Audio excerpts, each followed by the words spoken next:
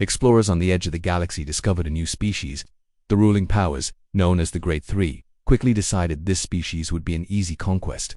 Their excitement vanished the moment humanity revealed its first warship fleet, a sight that sent shockwaves across the galaxy. Children looked up at me in awe as alarms echoed around us.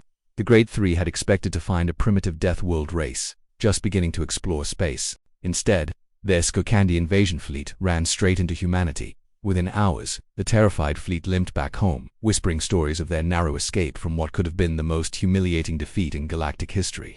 Soldiers rushed past us, weapons ready, while I continued the story. The Skokandi had expected a hard fight. What they found instead was a fleet 20 times their size. Each human ship carried more firepower than most planetary defenses. The ships themselves dwarfed the galactic standard.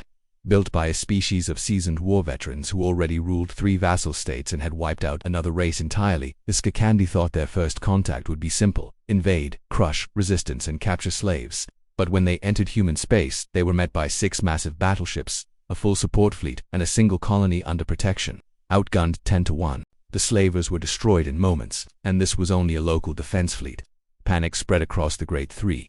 Their council quickly abandoned invasion plans and pulled back from further conflict. The children listened closely as more soldiers marched past, dragging a captured general. The decision to back off turned out to be wise. Barely 2 months later, human fleets appeared on the border of Ramakai space, this time nearly 2,000 ships strong. Half of them were larger than the Ramakai's best battleships. Humanity even fielded a new kind of vessel, the sentry cruiser. Essentially a massive cannon with engines capable of obliterating half an enemy fleet with a single shot. Explosions rocked the ship as I spoke, alarms screaming. Desperate, the Great Three opened peace talks with humanity, drawing borders and signing accords. But old habits die hard. Behind the scenes, they still tried to capture humans for slavery. The name Great Three referred to the galaxy's most powerful slaver empires. Together, they had once enslaved half the galaxy, wiping out cultures and rewriting history. Their grip on power was strong, but humanity's arrival shook the balance in ways they never expected. The Great Three tried to keep humans out of their affairs, spreading lies and false promises to hide the truth. But humans were unlike any species the galaxy had ever seen. They came from a Class 9 death world, the harshest imaginable. By comparison, the Skokandi homeworld was only Class 1. The children gasped as I explained. To humans, what we call cruisers are barely destroyers. The massive Titan-class ships we once feared turned out to be nothing more than their standard dreadnoughts. They simply had no sense of scale, and the engineering skill to match it. They strip-mine entire planets for resources, working at 10 times the speed of anyone else. The children's eyes lit up as we slipped into faster-than-light travel. I told them about the Great Three. The Skokandi were tyrants, working slaves to death. The Ramakai, insect-like and ruthless, not only used slaves for labor but also as food. The Imiko were the worst of all traders who saw every living being as profit, delighting in cruelties I could not describe in front of children. The kids booed, and I raised a hand for silence. That's why we're here, I explained. Humans despise slavery. They believe forcing another to serve is pure evil. That's why we're taking this stolen battleship, with a captured general, straight into human space. The Great Three cannot escape justice forever. The children cheered as the ship shook with sudden alarms. Human fleet sighted. Enemy fleet in pursuit. The captain's voice boomed over the intercom. The ship lurched violently as we nearly scraped against a human warship.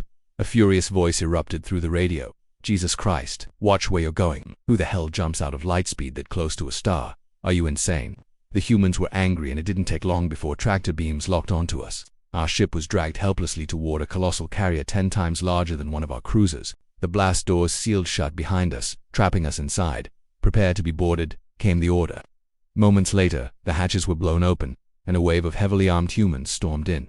We didn't resist. We had no plans to fight them anyway. We intended to surrender as refugees, claiming to be escaped slaves. Even if we had wanted to resist, it would have been impossible. The speed and force of their boarding was overwhelming. Within a minute, a squad of human soldiers had swept through the cargo bay, weapons raised, surrounding us and the children.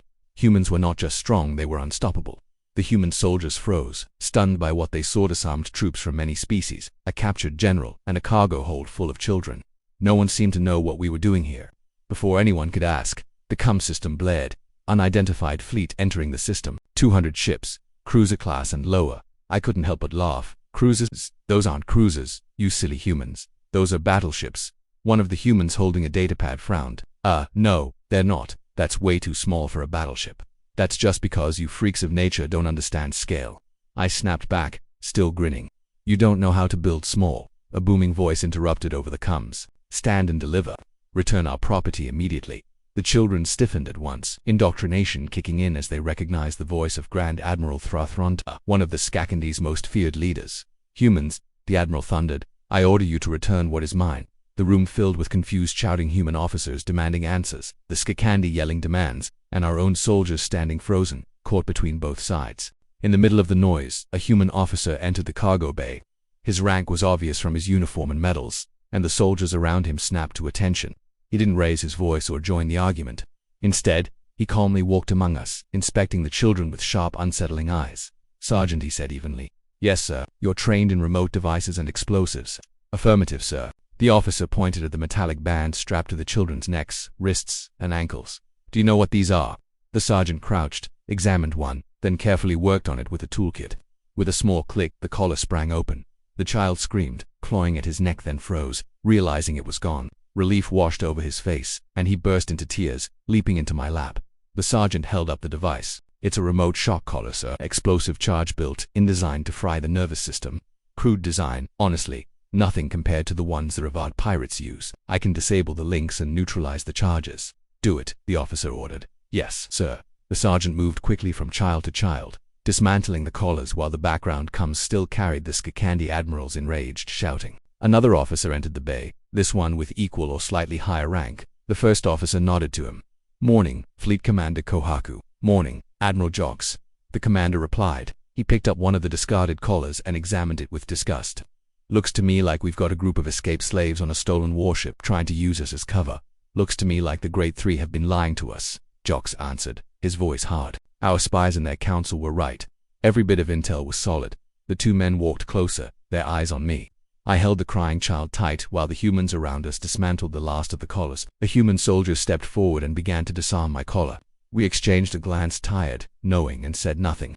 My face, scarred and worn, said enough. Fleet Commander, Admiral Jox announced into his comm. I'm notifying the fleet and Congress. We've found a slaver empire that needs to be burned. The Skakandi Admiral's voice kept screaming over the channels. I say for the last time, humans, you are harboring criminals. Return our property now, he spat, then added. Bring me that blowhard's head on a stick, and stalked out. Fleet Commander Kohaku replied calmly over the comm. This is Kohaku to all ships. I'm sending you some images now. Look closely and tell me if that fleet deserves to exist. He tapped his wearable, and dozens of devices around the bay chimed at once. The screens filled with photos, close-ups of my scars and bruises, of the children's wounds, and of the collars with their explosive mechanisms. Silence fell for a heartbeat while the Skakandi continued to rage. Then an order barked through all ships, maximum fire. 30 seconds later, the 200-ship slaver fleet was molten slag. The Skakandi admiral was captured soon after, under what the humans called enhanced interrogation. He gave up the locations of fleets, homeworlds, and slave farms. 6 months later, the Great Three lay broken. An empire that had lasted over 3,000 human years collapsed in half a year. Human fleets were far larger and deadlier than intelligence had reported, and their ground forces fought with brutal efficiency. Capitals fell and homeworlds burned. In 6 months, slaves across the galaxy finally tasted freedom.